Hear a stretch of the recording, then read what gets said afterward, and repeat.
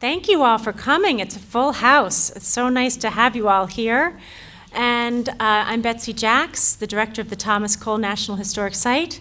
I'm here to introduce our speaker today, Kevin Avery. So Kevin is the senior research scholar at the Metropolitan Museum of Art. How many of you saw his incredible Gifford show at the Met? Yeah, see a lot of fans here already, Kevin. So yes, it was absolutely stunningly beautiful. And he has rounded up a lot of those same paintings for this show, as well as some that have not been seen in a very long time and were not in that show. So we're thrilled with the beautiful exhibition that he's brought together for us. And for those of you who know Kevin, you know he's a very special kind of scholar. He can talk extemporaneously on Gifford's friends, his life, his family, his personal aspirations, and he can also tell you exactly where he hiked. Kevin has been to almost all of the sites that you'll see in the presentation and in the exhibition. Personally, he's tracked down the exact spot, the angle where Gifford was looking when he sketched, and it really adds so much depth to the knowledge when you've actually been there yourself. And I'd like to encourage all of you to go to some of these places. We've mapped them in a program called the Hudson River School Art Trail, and so that you can find that view, that really inspiring, beautiful view in the painting, and have a completely new understanding of it once you've been there yourself. So I'd like to thank Kevin so much for putting together this incredible exhibition for us, and please welcome our speaker today, Kevin Avery.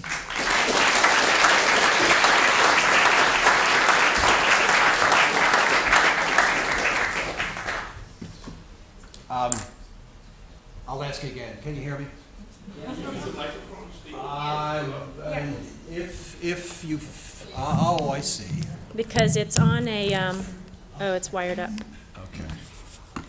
It's wired up. This is the only way you get it on the video. So. Okay, okay. It's going to be tricky. Tom has taped that to He's that. taped it up. Okay. It used to be mobile, but oh, now there are two mics. I understand. You move that whole stand. Just pick up that whole stand and move it. Okay, wherever you want to stand, we'll put that where you want to be. Yeah.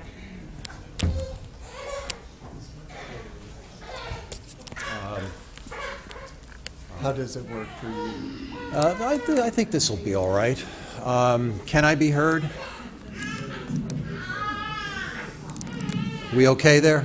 Yeah, okay. Look, I want to start by thanking Betsy, Lisa, and the other staff of the Cole House for having me come and do this. I refused 2 times. When they asked me the 3rd time, I thought, okay, strike 3 here, and I better accept. And so I'm very grateful to them for inviting me to do the exhibition. It was a gimme in a way for me because I've been with this artist and in this place, especially the Catskill Mountains, since in the last 12 years or so. And I want to thank the assistant curator at the Cole site, or the curator at the Cole site, Kate McInerney, for her unstinting assistance throughout the organization. Because yes, while I had to make you know, phone calls and emails to lenders and things like that, it was Kate who took the ball after that and, you know, solved the problems of getting the works, you know, to the site here. So I am grateful to you. Thank you. Thank you.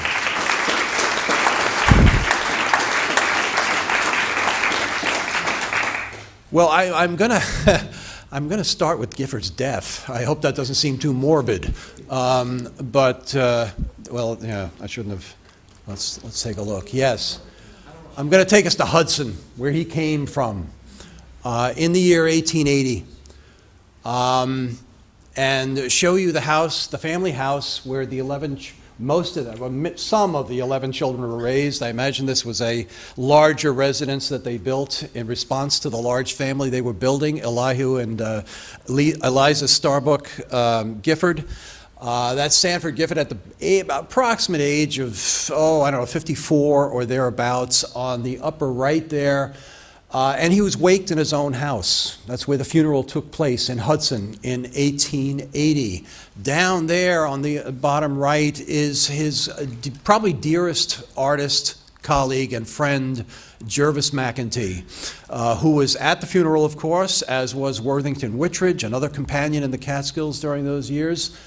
And I wanted to start off by reading a little something about what happened after, it was an open casket and everything. Then they, you know, after the burial, they took him up to the hillside to bury him in the city cemetery on the eastern part of the town. They all come back to the house for the repast, and the, you know, collected artist friends are invited up to the studio at the top of the house that he built. Oh, I'm sorry. Sorry. I've done it already, haven't I? Let me get you going again. Did you say what the address of the house was? It was on 6th and Diamond Streets. Diamond, now Columbia Street in Hudson. The house still there? No. No, as far as I know, it's demolished. You're right.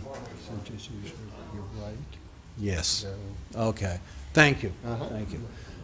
And yeah, so what you're seeing is a studio that Gifford had constructed himself on the top of the house in 1870, about 10 years before his death. And it was where his sister Mary took the gathering of artists that came to the service in August, to the late August of 1880, and took them up. And from, of course, those windows on all four sides of that studio, they could look out to the Berkshires to the east, they could look up to Albany on the north, they could look down to the Highlands on the south. Frederick Church's Olana was to the south, and of course the ranges of the Catskills, where at least several of them had spent so many years with Sanford Gifford in the course of, you know, painting all those pictures that you see exemplified in the exhibition today. And McEntee, when he was finished, McEntee was a sad sort of a guy. He kept a diary for a while in the 1870s, and it can sometimes be a slightly depressing read. But he's going home that night on the train, on the Hudson River Railroad, now the Amtrak line that goes down the east side of the river, and he says of his old friend, as I came home in the twilight, I looked at the beautiful mountains to his west, the Catskills, where we had been so much together, and which glorify so many of his canvases, and felt how henceforth they would be sacred ground to me. I would have suspected they were already sacred ground, but you know, such was McEntee's affection for Gifford and what he remembered of their times in the Catskills together. And that's a view of the Catskills, of course, on the bottom left, maybe something along the lines of what McEntee was seeing as he came down the river that night. So, yeah, over a seventh of Gifford's production, recorded production, are Catskill pictures. He came from Hudson, which is portrayed in that picture on the top, Mount Marino in the city of Hudson. What you see in it, in fact,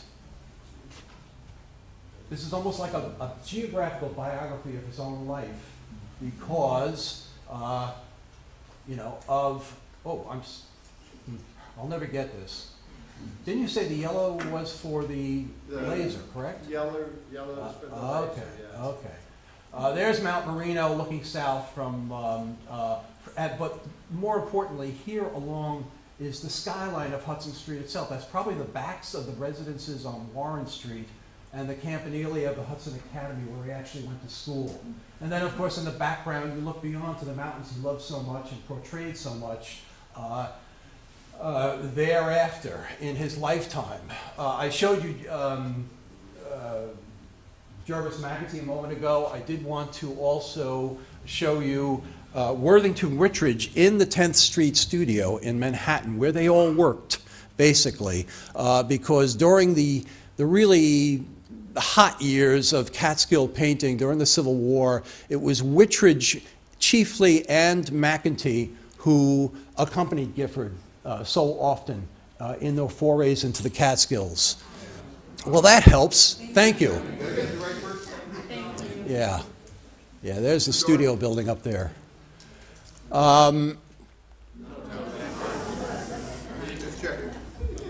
Now, it's not for nothing, or it certainly counts importantly that, you know, of course, Thomas Cole found the Catskills for art, right?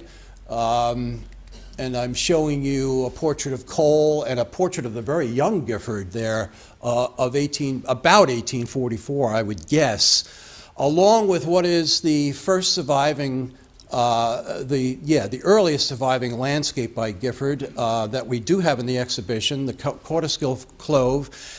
And it was Gifford himself who testified later in his life that it was his enjoyment of going into the mountains in the very early part of his aspirations as a painter, his enjoyment of going into the mountains and his admiration for the works of Cole. So I show you one of Cole's Catskill Falls pictures on the bottom that determined his course as a landscape painter.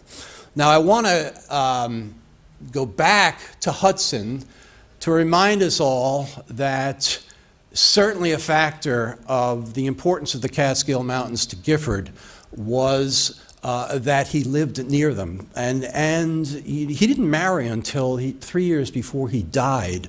So, you know, the family home in Hudson was a constant mecca for him to come back to yearly.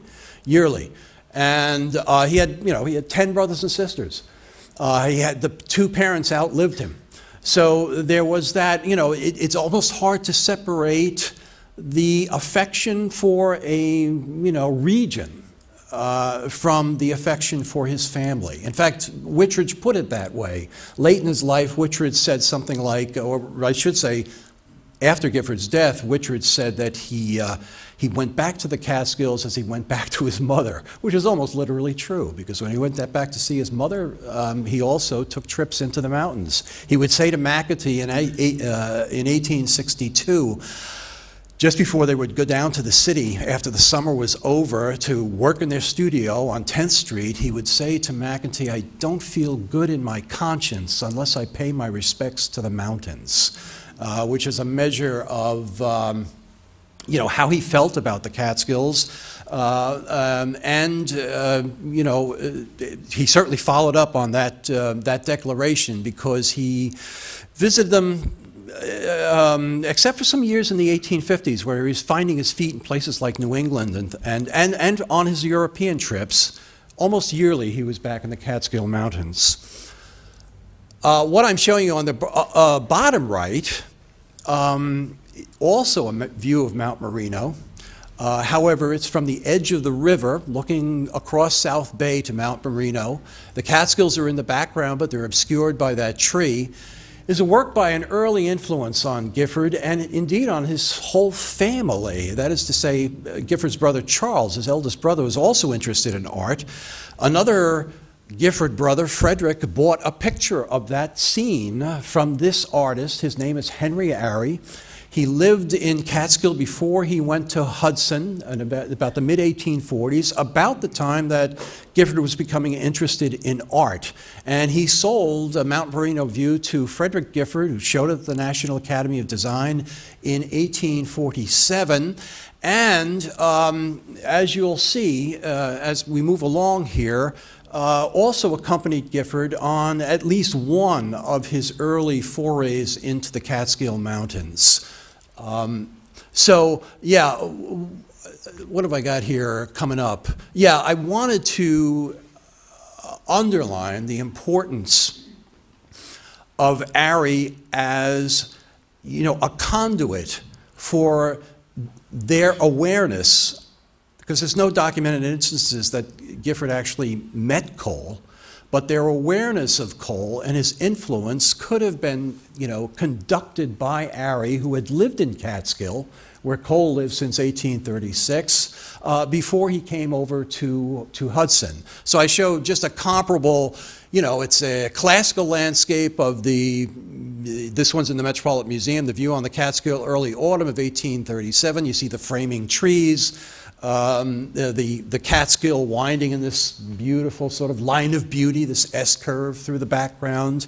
And, you know, in his own somewhat more naive way, Ary, you know, did pick up on Cole's notions of the classical landscape and applied them to this view that he so often painted of Mount Marino and South Bay. And an interesting detail, this is in the show, and I wanted it, I discovered it almost serendipitously in a private collection, but I wanted it in the show because there on the edge, Ary being the dutifully, he was a portrait painter as well, and there on the edge is the Hudson Iron Works, which was the foundry founded by his father, Gifford's father, and you know, out on the waters of South Bay. What you also see in this work of 1850 is probably the earliest manifestation of the Hudson River Railroad crossing South Bay before the factory on the extreme right of the picture.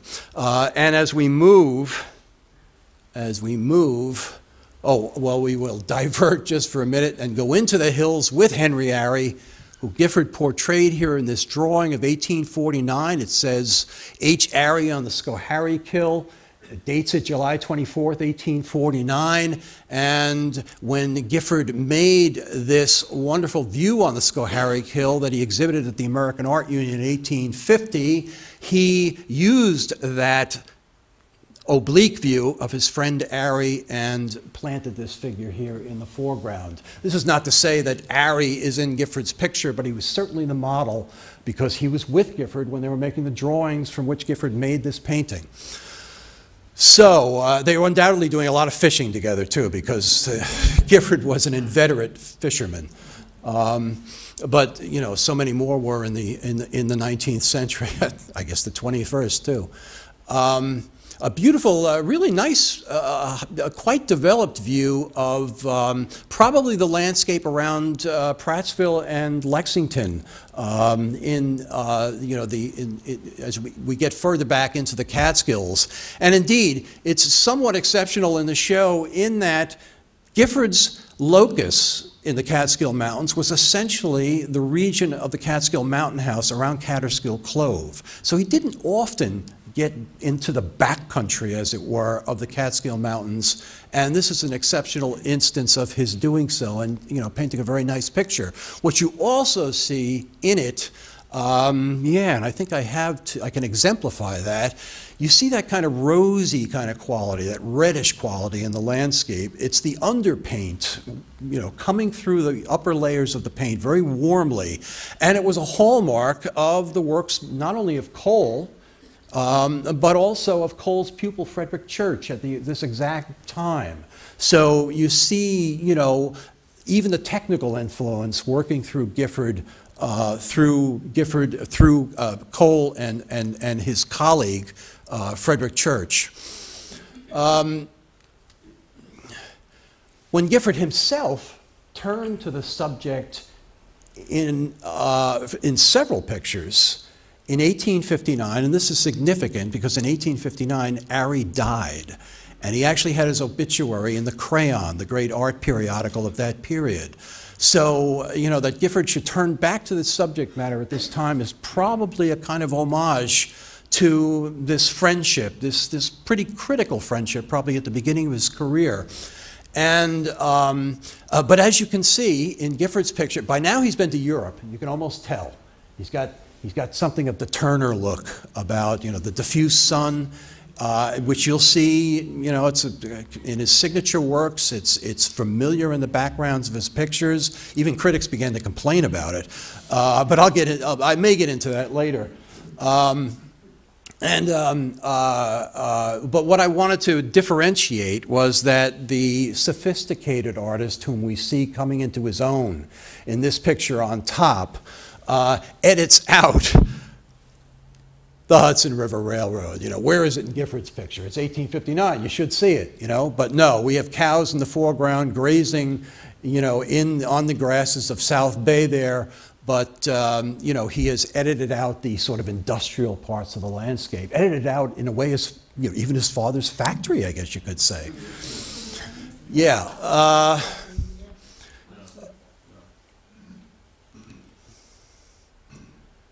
And yes, to put him, to put the European experience in context, it's when he became the mature artist that he became. And what you're looking at, besides the Mount Marino picture, is his first important, in fact, it's the largest landscape he ever painted. It was a European scene. It's Lake Nemi outside Rome. And the volcanic lake outside Rome, the, what, isn't it the Mirror of Diana, they call it? That's almost how it looks in his picture. And you know, the signature sun, he actually had a conversation with John Ruskin about the pros and cons from his point of view as an American aspiring American artist on the subject of Gifford's, Turner's expression on the one hand, the radiance of his pictures, and on the other, what Gifford found was, you know, the fault Gifford found in Turner's facture, in the looseness of his handling. Gifford couldn't live with that, at least not in the beginning. So, you know, what you see, I just wanted to exemplify it with one Turner on the bottom right of the Golden Bow, Lake of Venice in southern Italy, to give you an idea of what Gifford both took and rejected about Turner's work in his own, okay? And this is about how Gifford appeared. This is 2 years before he went on this first trip. You'll see the portrait in the exhibition, and you can see him almost testing his professional identity. You know, let's try the hat on and the hat off, you know, and he's a very sort of intriguing character as he puts the hat on his head. Around 1858, 1860, really, the Catskills come into their own again in Gifford's awareness and interest. And we find him making really a circuit. They found a little inn called Brockett's down on the bottom of the Clove. I think it was in Palinville. This is Wittridge, this is Gifford, and it's Jervis McEntee. And in fact, here's Gifford's portrait of Wittridge sketching. 1861 in this instance, but 1860, 1861. And yes, you know, among the subjects that Gifford painted coming out of that were, once again, subjects that had been previewed, you could say, prefigured by Cole, such as the view east through Catskill Clove to the Hudson River Valley that you see on the bottom right. And, you know, right away, here's a photograph of the scene here on the left. Right away, you can see Gifford's, his mellower approach to subject matter. Cole had grand ideas about the sublime and the beautiful, in this instance with the stormy sky, the boxier kind of composition of the scene. He's created something a little bit more threatening, you know, a little bit more fearsome as a landscape. And in Gifford's view, as was his wont, you know, a far more sort of mellower sunset effect. Sorry about that. How do I get that back? Oh, miraculous.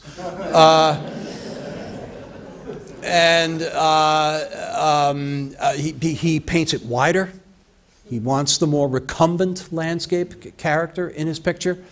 And yes, he's signaling his own identity as an artist, as most of the second generation who followed Cole did. Yes,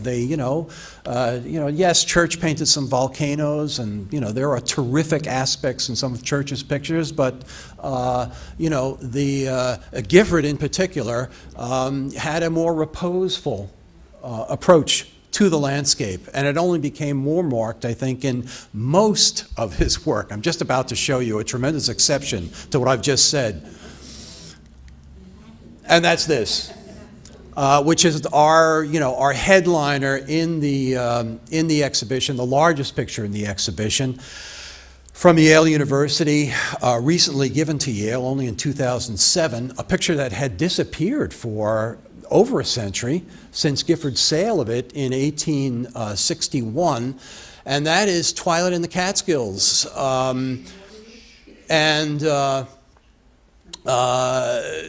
know, as you can see, it's practically infernal in aspect.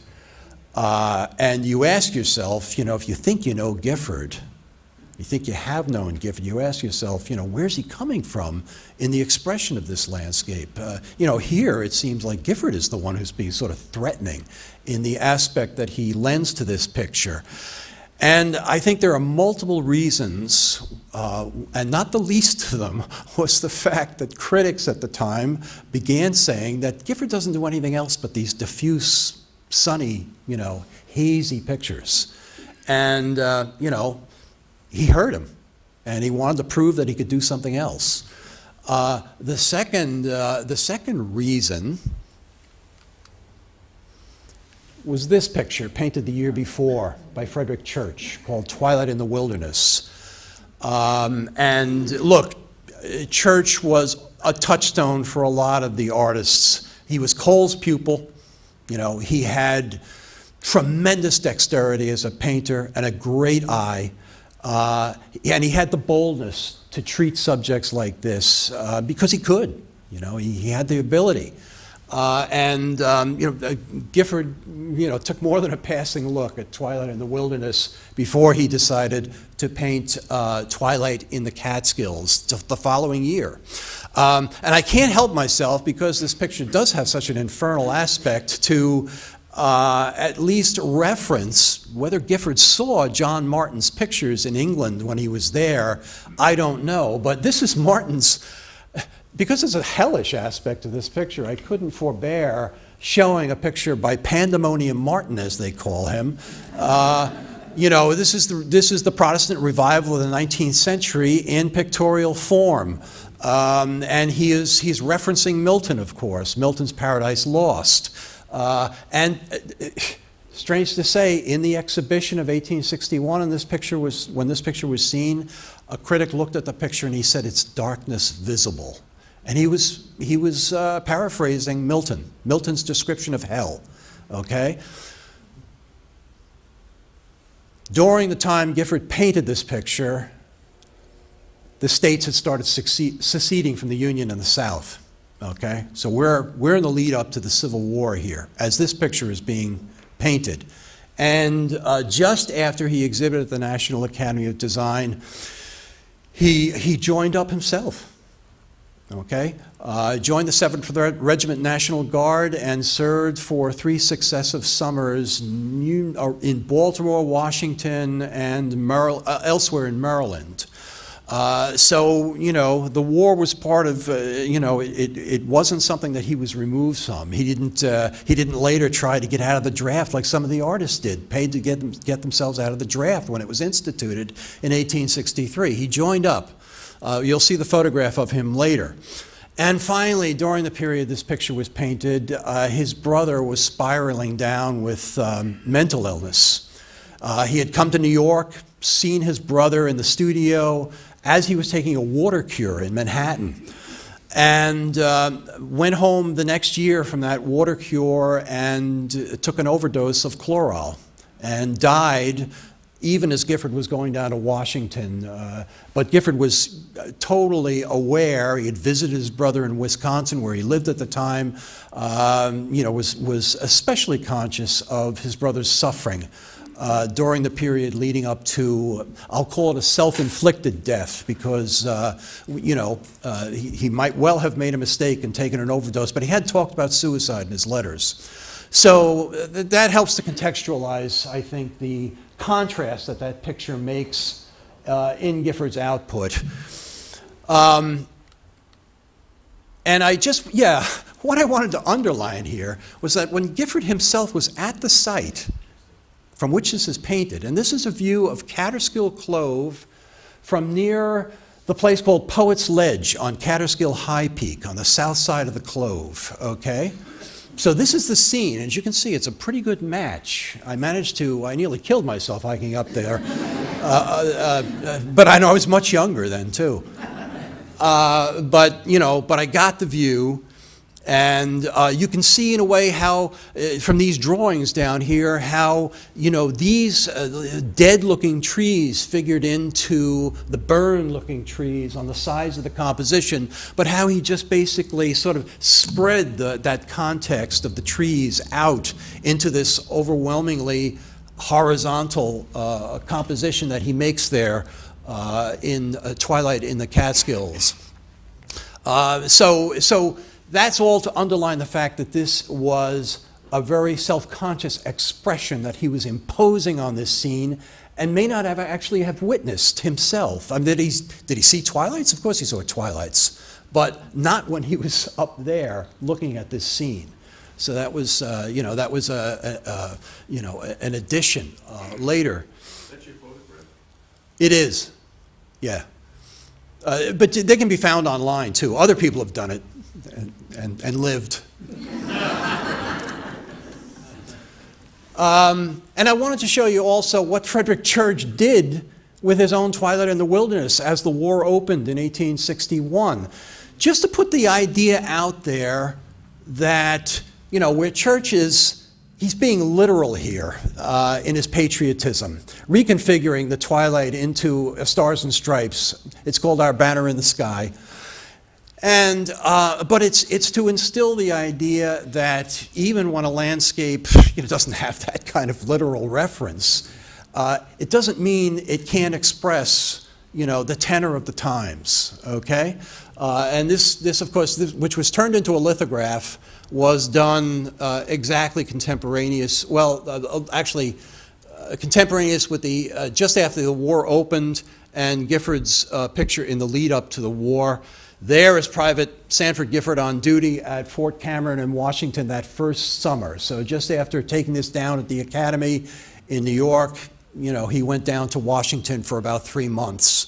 And yeah, then he would work in a studio during the winter, and he would go back to the Army, to the National Guard in the succeeding 2 summers. His brother Charles, and do forgive me for not showing that sooner. But Charles was an aesthete himself. He was a landscape gardener. And Gifford wrote accounts. In fact, he wrote an account to somebody in 1874, a minister named O.B. Frothingham. And he said that looking at my brother's prints when I was growing up, my brother had prints of Turner and artists like that, black and white prints, was a big factor in my becoming an artist at all. So Charles was an important force in Sanford Gifford's life, and he lost him the year that he painted this picture, and of course knew that he might lose him. Certainly lost him spiritually in a way because of the mental disabilities or frailties of his brother. Now the flip side of what you've just seen expressively is already familiar to you, and it is what we come to regard as signature Sanford Gifford, exemplified probably better nowhere else than in the Metropolitan Museum's picture called A Gorge in the Mountains, for which I think we have a member of this audience responsible for getting the right title of that picture. I'll not verify that because I can't see, but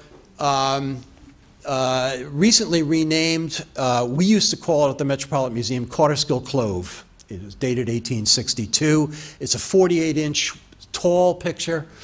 And it is, yeah, this I want to take a moment to read to you, if I can find, to go to this little security blanket of mine here, and see if we can't listen to Sanford Gifford on picket duty in Baltimore in 1862, the summer before the fall that he paints this picture. Yeah, here it is. He says in a letter to some friends,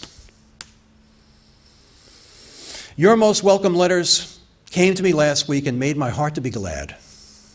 Their lively descriptions of the goings-on at Nestledown," that was the Long Island home of the people he was writing to, "and in the Catskills, it was almost like being there myself. among the, they somehow make me think I have a right to be there, climbing with you in the cloves of the Catskills.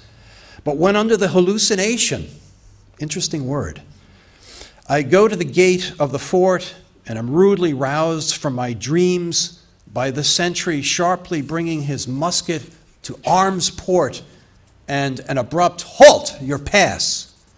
I find myself obliged to right about and limit my walk to the round of the parapet or mingle again with the busy idle crowd in the quarters. So even when this artist was away on war duty, so to speak, he was thinking about the Catskills and wishing he was there.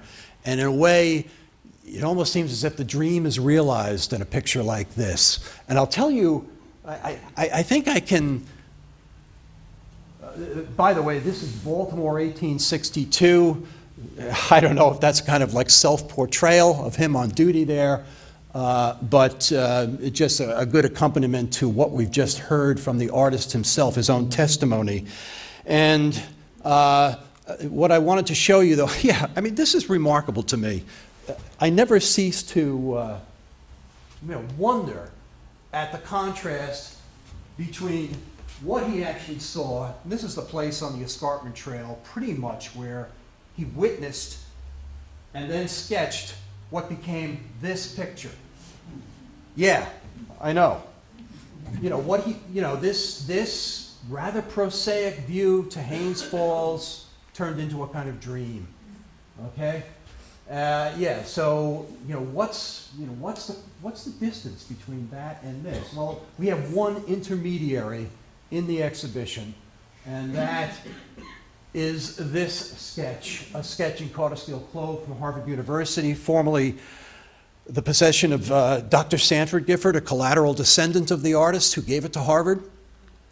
And as you can see from the drawing versus this picture, he's already established the axis of that central sun that he so loves hanging in the sky with the waterfall in the middle of the picture, and already the terrain around it is being reshaped from something wedge-like, which after all is what the clove is, geologically, to something almost circular, like a great chalice of light. He's widening, he's opening up that space, he's creating the container of that dream, you might say, that he talks about in his letter. Yes, it's here. Then we arrive at, there's one intermediary stage I'm not showing you, but we arrive at the final composition where he's only further regularized the concentric sort of radial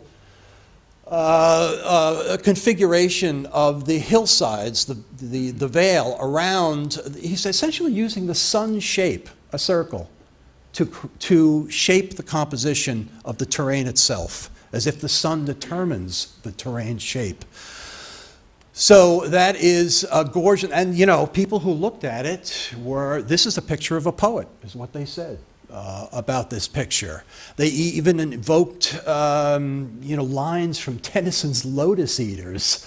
That is to say, Ulysses' sailors are, seduced by the lotus eaters on a beach, before they get back to Ithaca, and they eat the lotus, and they're all in a dream. They're all watching the landscape, and they're in this dream state. I think for a critic to look at that and make that association with the tenor of Tennyson's poem, which is almost a leitmotif of the period, is a remarkable thing. Yeah, I just wanted to show you the veil itself. Why I like this detail especially is because metaphysically the water of the fall itself only is like the axial light beam in the picture from the sun above it. You see, catching the light and bringing it down.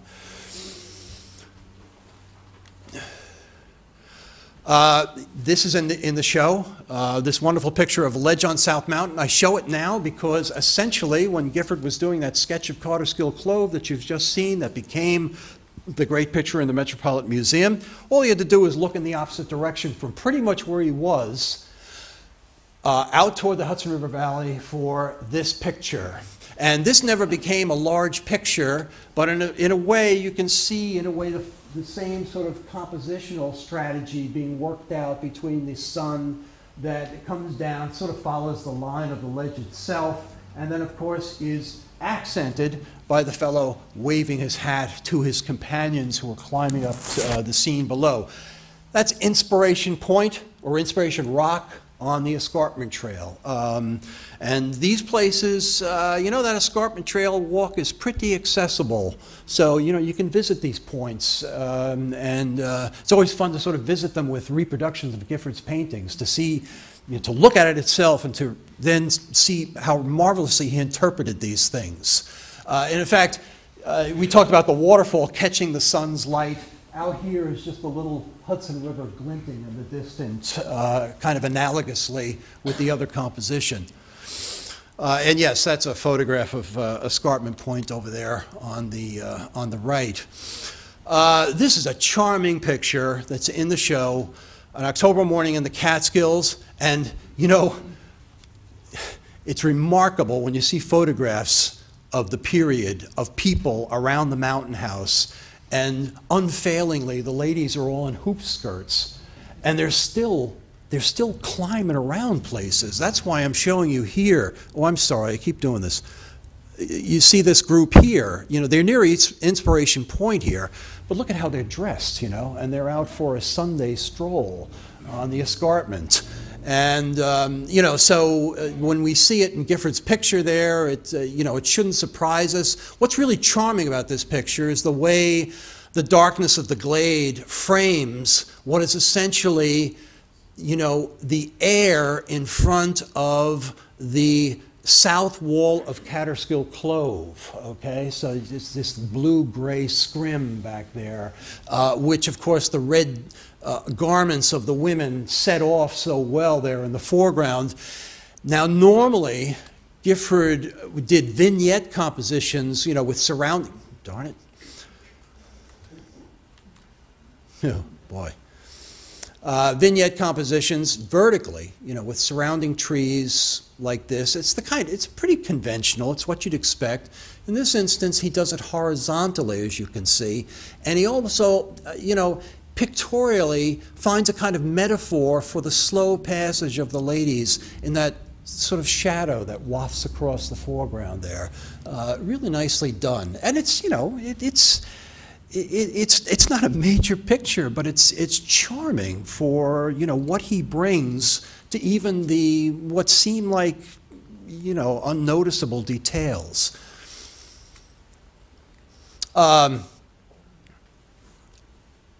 When he showed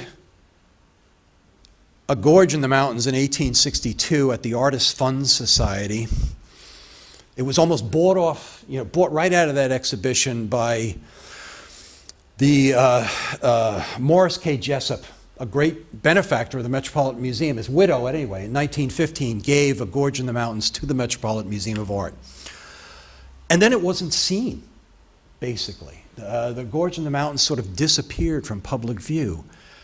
And for the Academy exhibition in the following spring, he made a kind of alternate to that picture that I've just shown you from the same sketch material that he had used for the previous picture. But as you can see, he reinterpreted what he had done to create a kind of sublime composition and a roughly kind of X-shaped configuration where the clove indeed does appear wedge-like, as it you know, naturalistically is, but you know, in a way completely reinterprets it. Despite that reinterpretation, there were critics who mistook that 1863 exhibition picture for the Jessup picture that he had sold and had disappeared from view. And some critic said of this at the time, and it's a wonderful metaphor, because it's all about what Gifford was really, really interested in. He's an artist as much about space as he is about terrain, about form. And the critic called this a vast, unrelieved depression in the face of nature it is a mountain turned inside out. Now, we have the small version, and that's what I'm showing you, because the large version has disappeared, and that is in our exhibition, Study of Catskill Clove. Oh, sorry. Well, here's the picture of just the previous year, sold in Morris K. Jessup, and this that he showed at the Academy in 1863. And as you can see, he just rethought it. Yeah, I mean, if you've been on the mountaintop up by the Mountain House site, and you've been fortunate enough to walk around a little bit, this is not a bad hike. About a mile north of the Mountain House site is Sunset Rock, where Thomas Cole in 1844 painted this view of two lakes and Mountain House that you see on the bottom here. And I wanted to show it because both he and Jasper Crosby, another follower of Thomas Cole, painted the picture with a kind of emphasis, with the Mountain House as a kind of focal point in the picture, as well as North and South Lakes, which were, of course, for recreational purposes. So here's the Mountain House Hotel here. Here are the lakes. Here are the very distinctive, and you saw them right outside the porch, Round Top and Catskill High Peak. Gets them all into, again, with Cole, you get a boxier, kind of like 2-to-3 proportion composition. But look at the photograph and see, just how wide the prospect can be and how inclusive it can be of at least why you went to the Mountain House in the first place. And I'm about to try and convey that a little bit. Here's a detail of that picture by Cole. And I don't know how well you can see it, but there are some tourists up there in the Widow's Tower, whatever it is, the balcony, and they're looking out at the vista of the Hudson River Valley. You can see them down here on the escarpment itself. Oh, you've got a little fence there, it appears, so that people don't endanger themselves, perhaps. But yes, to go to the Mountain House was to be reoriented to the view out there. Especially sunrise, when the sun came up over the Hudson River Valley. And unlike Cropsey and Cole, Gifford wanted to include some of that. So the whole focus of the picture shifts left, so we see the Mountain House there. That is to say, you could say, sorry, I'm going to turn back. You could say that there are two optical points of view in this picture. Where we are in Sunset Rock, looking down that way, and then, of course, Gifford acknowledges why you bother to go to the Mountain House at all, and that is for the view into the Hudson River Valley. And it just so happens that in 1860, his friend, the travel writer Bayard Taylor, not well known today, wrote of that view from the escarpment. And what he writes is interesting, because among the other things you'll see in this view is that Gifford, instead of choosing the morning that Cole and Cropsey had chosen, he chooses late afternoon. He wants that effect. And here's what Taylor writes about that, his perception of that view. That is if we're lucky enough to pick it out of these. Yes, it's miraculous. And he says.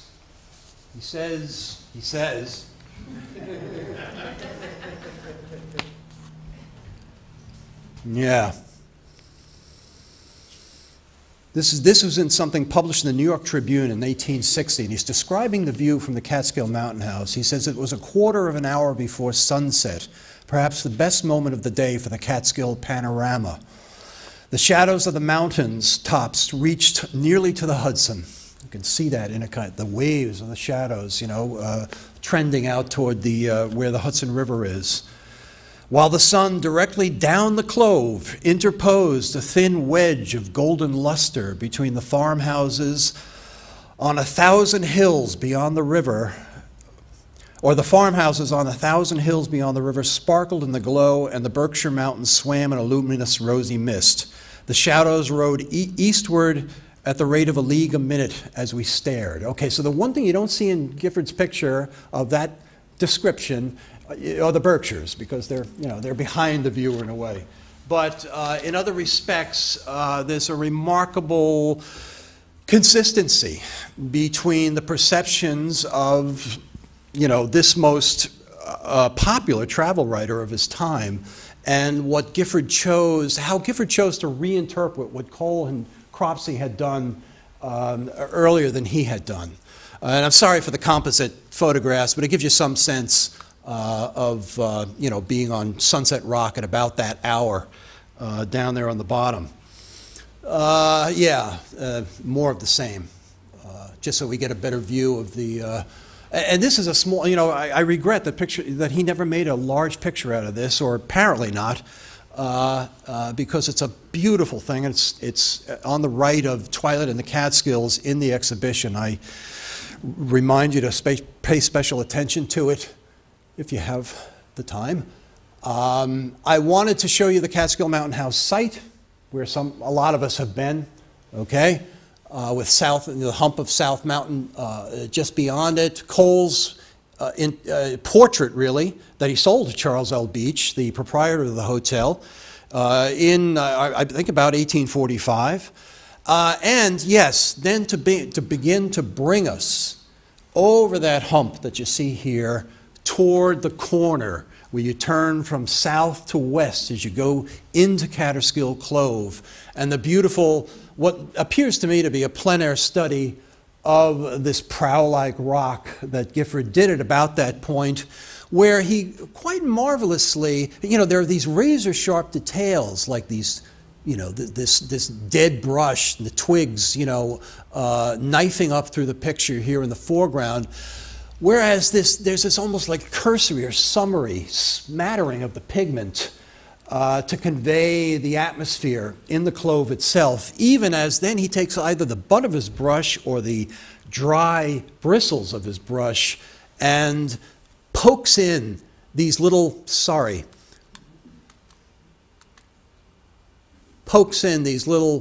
you know, equivalents for the impression of dwellings and even roads in the clove itself. He had a marvelously deft shorthand for creating effects like that, and probably doing it very quickly. And I'm inclined to think, in this instance, outdoors.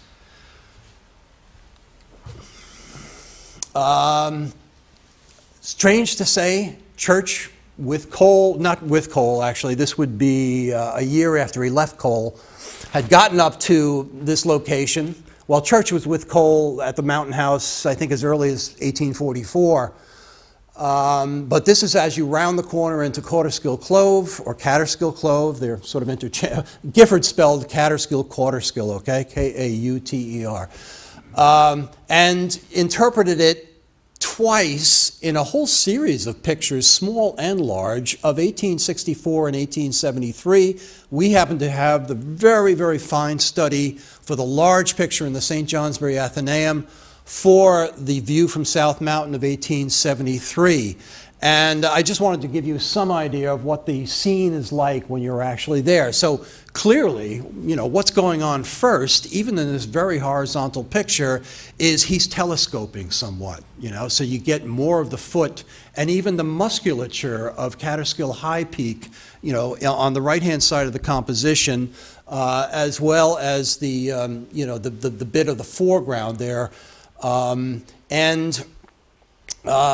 Yeah. This was the picture, well, this was among the several pictures during the course of the, when he showed it in 1864, that Clarence Cook complained about, because he said, well, gee, if Gifford must know how high we are in the air here, but how would you know it? You can't see anything out in his distance, because he, you know, he tended to euphemize everything in these mists and sunlight effects that he created. for the most part, it's really remarkable how even as critics recognized, the mannerisms of Gifford's style, they were willing to forgive him because of the individual power, or the power of individual landscapes, individual interpretations of sites that they were very familiar with. Yeah, this is the St. Johnsbury Athenaeum picture, just to give you an idea. And this is an illustration of, what he tended to do when he'd amplify a composition.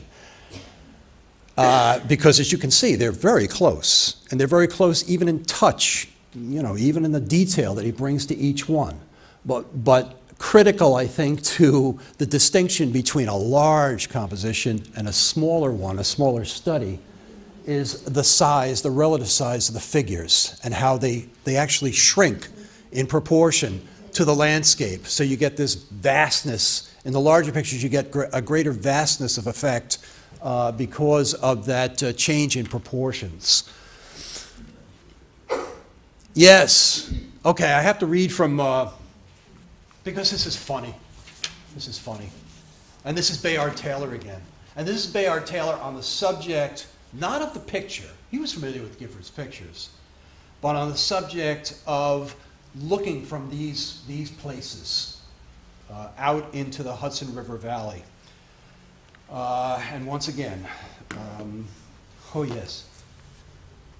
Yeah, this is from Travels at Home. And you'll ask me, what's that guy doing there on the upper right? Well, I'll explain.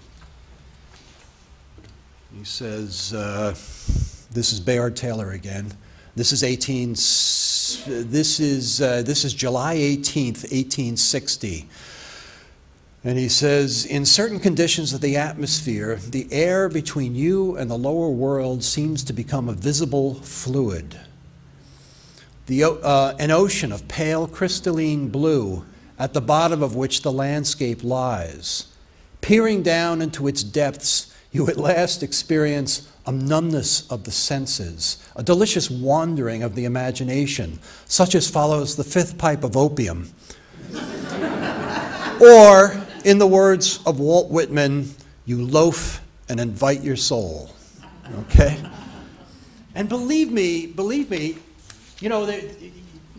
a lot of us know there was a pretty healthy drug literature of the 19th century, starting with Thomas de Quincey's Confessions of an Opium Eater. It was legal, that is to say, yes, some people disparaged it, but, and there's a connection of kinds between the landscape experience and the kind of expression Gifford's trying to endow the landscape with, and that business of the dream, the opium eating, the lotus eaters, okay?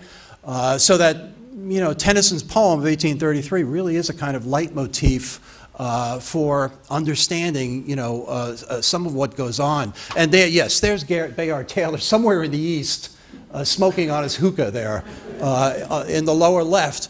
Upper right, of course, is Walt Whitman, the good, great poet, about 1865, Civil War period. But I show the Randolph Rogers because some critic actually compared, the deliciousness of looking at Gifford's pictures to, La Somnambula, Bellini's opera of 1830, which Nathaniel Rogers turned into a marble statue the year before Gifford painted his 1864 versions of this subject.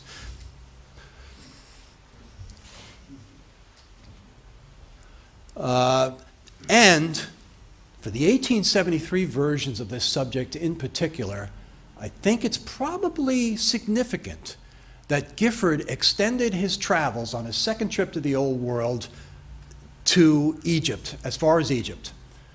So that business of, being around the Mediterranean Sea, being in the desert, the effect of those arid places on the consciousness, the perception of landscape, perhaps factors in even when he comes back to the Catskills and interprets them as we see them in pictures like that.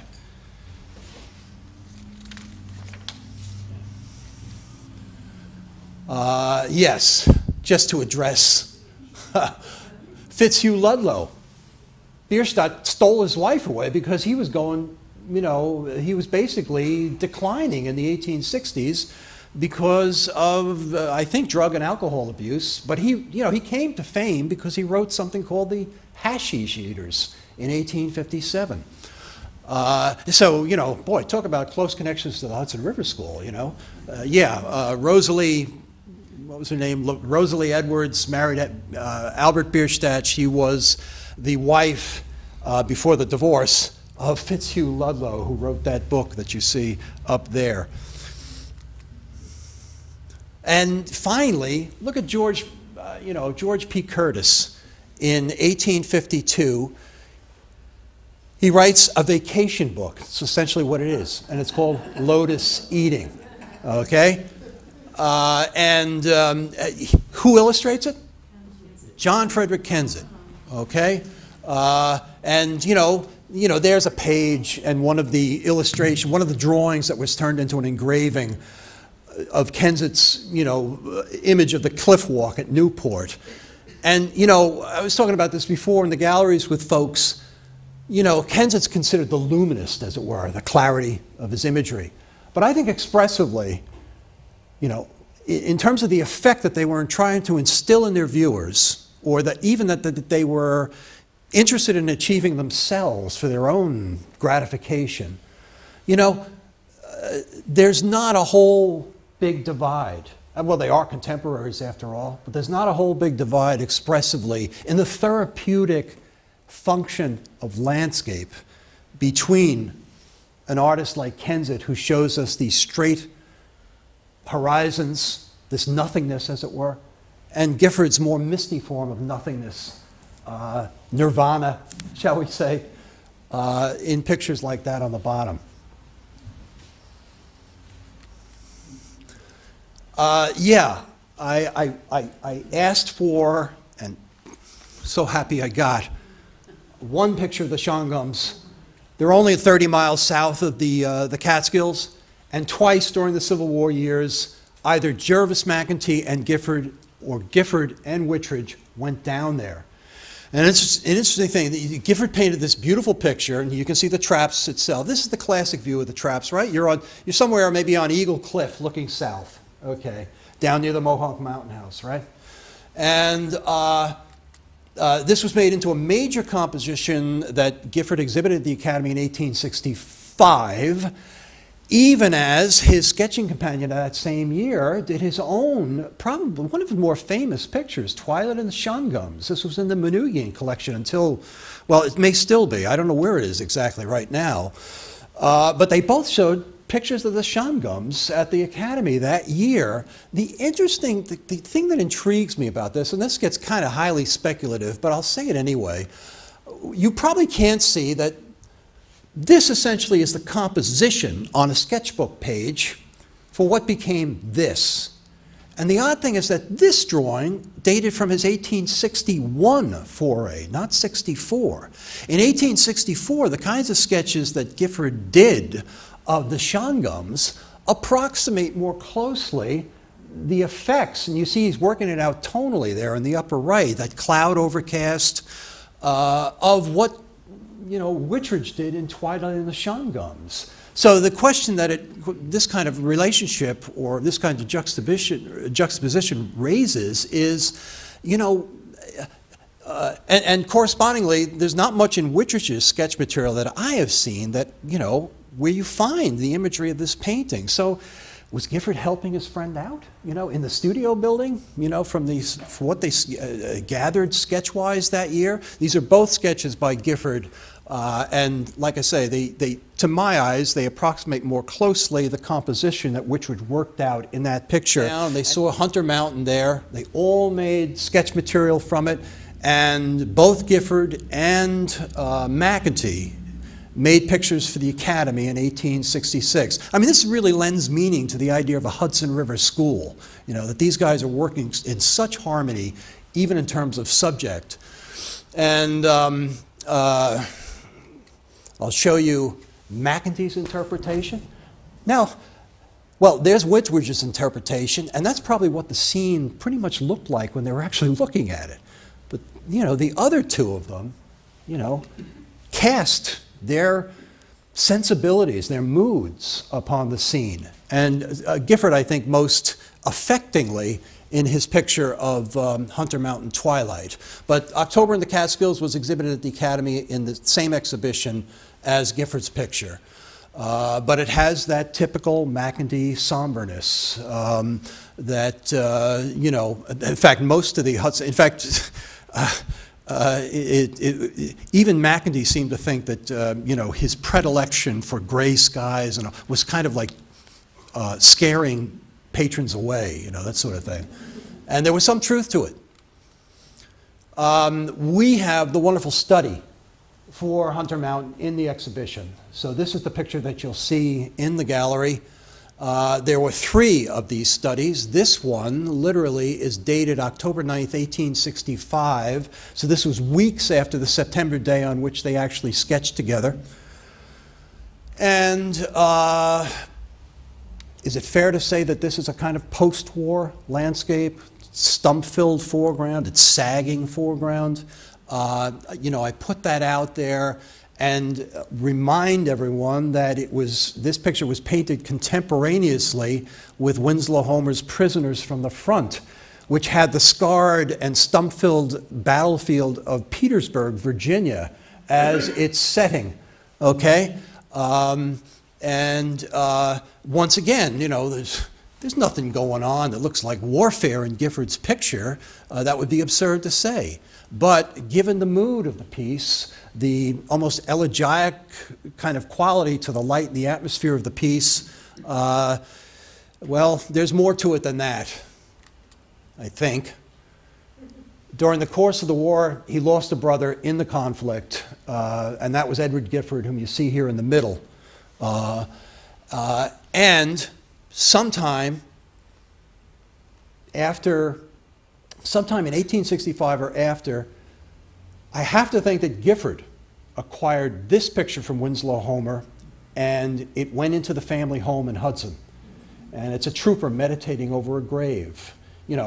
A kind of artistic acknowledgement of the losses their own family took, I would imagine, in this conflict. So, for Gifford to paint something like that in the aftermath of church painting Cotopaxi, which has also been, related to the war in 1862, or Mackenty, an unknown picture, it's never seen today. It's called Virginia 1862, and it shows the battlefield of Manassas after the conflict. That is, gratuitous. I find that difficult to believe. The other interesting factor of it, too, is, the iconography of the wasted, the stump-filled foreground. This is the study I'm showing you, and you can see the date better over there, October 9th, 1865. Gifford's father had been a tanner before he became an iron founder. And, so you would think Gifford looked fairly sympathetically on the tanning industry, which was responsible for so much of the devastation of the Catskills up through the Civil War. The destruction of hemlock forests for the tannin in the bark, to treat hides, leather, make leather, cure leather. And, so does that have significance here with reference, for instance, to the fact of these lone hemlocks in the midst of the composition? Maybe I'm overinterpreting, but there is that, there's that combination of quote-unquote destruction in the foreground, these sentinels of the trees that were in fact destroyed, in the middle ground of Gifford's view. And, in 1849, he actually made sketches up there in Prattsville of Tanner Zadok Pratt's sculptures on the mountain overlooking the Schoharie-Kill. Yeah, these are Gifford's sketches. So he's with Henry Airy. This is the same sketching campaign. I'm not going to interpret them. I don't know what that means. I don't know what significance Gifford saw in that. Was it sort of satirical or ironic on his part that he, because these have always been regarded as kind of, Pratt's vanity. you know, as the king of that industry in the Catskills. But moving on, this picture was purchased by this man, who is, with his son, almost singularly responsible for the birth of forestry in this country. And he named Sanford Gifford, he named his son after Sanford Gifford. Sanford Gifford was his godfather. His name was Gifford Pinchot, and there he is talking, I think, about a tree with Theodore Roosevelt there. Yeah, his father had encouraged Gifford Pinchot to study forestry. His father was French in origin. There was already a forestry movement going on in France. There was great destruction in the Pocono Hills where the Pinchots had made their house, and it's still there, great towers. So Gifford obliged his father. He studied forestry at Yale, and then his father endowed the Yale School of Forestry, first of its kind in the United States. This painting of Hunter Mountain Twilight remained in the family well into the 20th century, at least into the 1960s, I think. And there we see it over the mantelpiece in the Pinchot home in Washington, D.C. Sometime, I imagine going back to, you know, Pinchot's administration, either of the Forest Service or, well, I'm just not exactly sure of the date of that particular picture. So, you know, whether Sanford Gifford or not meant anything by the iconography of that picture, certainly his patrons had responded to it, I think, given their agenda and their sympathies. What happened to the painting? The painting is now in the Terra Foundation. It's now in Australia. I don't want to alarm you, but I asked for it for the exhibition. They said it's already promised for Australia. So it's on tour there, okay? I felt very happy to get this is of 1866. Evidently shows our friend Sanford Gifford going into the forest. It's called Going Sketching in the Catskills. I don't think it had that title when it was painted. It's in the exhibition. Beautiful picture. This is a portrait of Gifford that McEntee made on that rock near Inspiration Point that we had seen in Gifford's own picture earlier.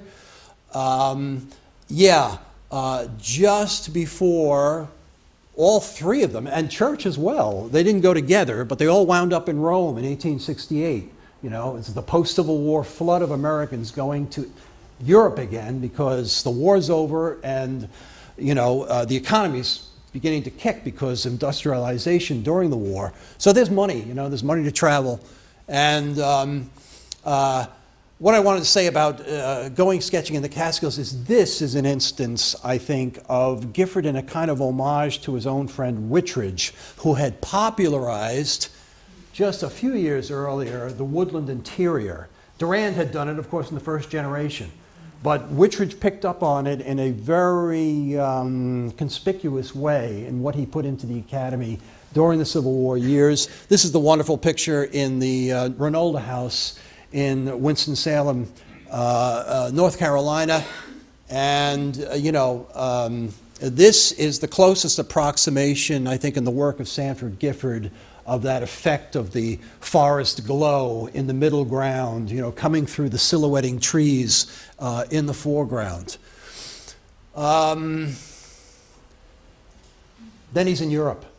And for the 1870s, it's not as if he stops going to the Catskills, but the flood of commissions, and very, very lucrative commissions, to do European subjects preoccupied the artist during much of the 1870s. I'm just showing you two examples.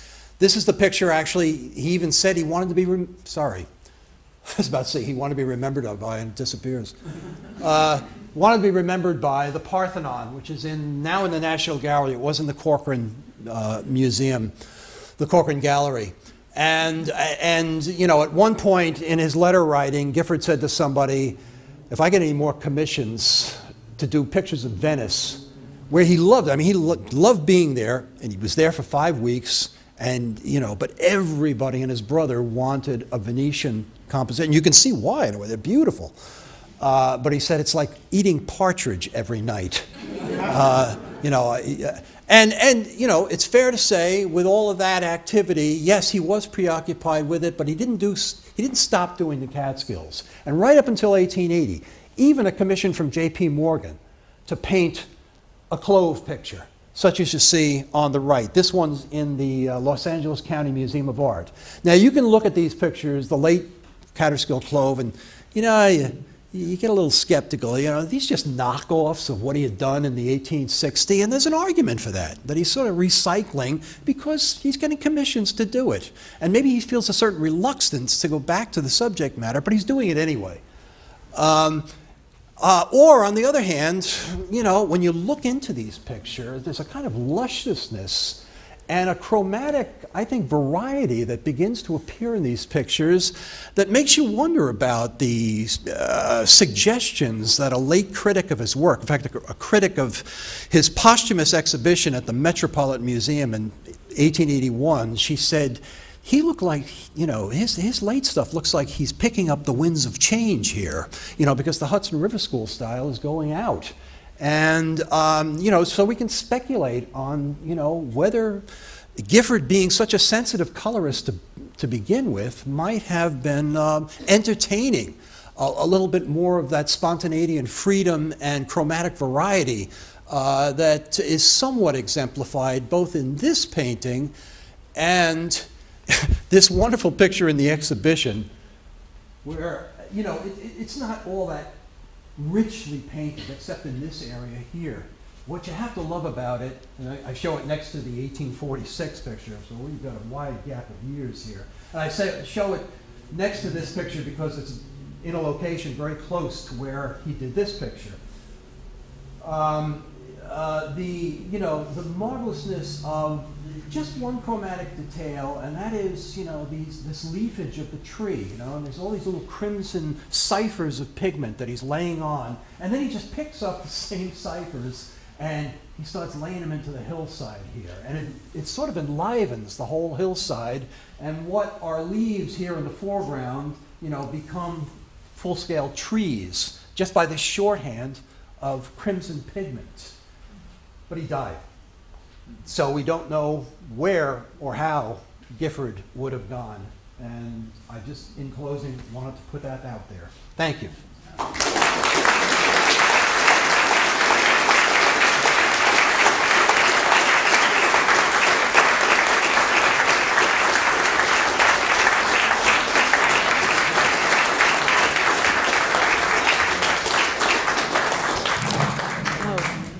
You could hit the light for me. Thanks. All right, thank you so much, everyone, for coming. I think we'll let everyone come up and ask their questions to Kevin in person. And I invite you all to come and see the exhibition starting on Tuesday. We will be open for tours, and it'll be on view right until the end of October. So I'd like to thank Temple Israel for providing this beautiful space, and to Jeff for coming in the middle and turning off the lights. Jeff from the Temple, thank you. And thank all of you for coming. Enjoy your afternoon. Thank you.